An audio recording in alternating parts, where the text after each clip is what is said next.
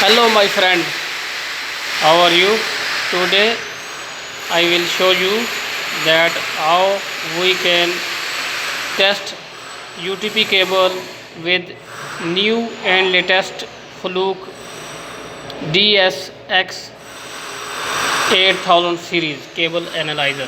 This is a new Fluke, okay, DSX 8000. So now UTP cable, now we connect with this modular.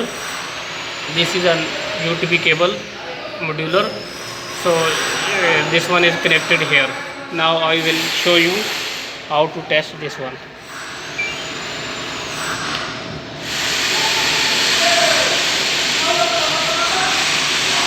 Now start cable testing.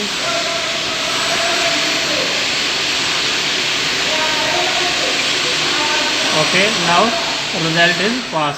Okay, you can save here performance, everyone is okay.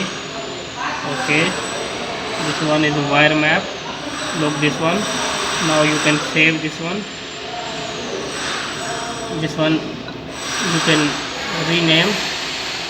Okay, you can save here, done, save this one. Now it's complete. Thank you very much.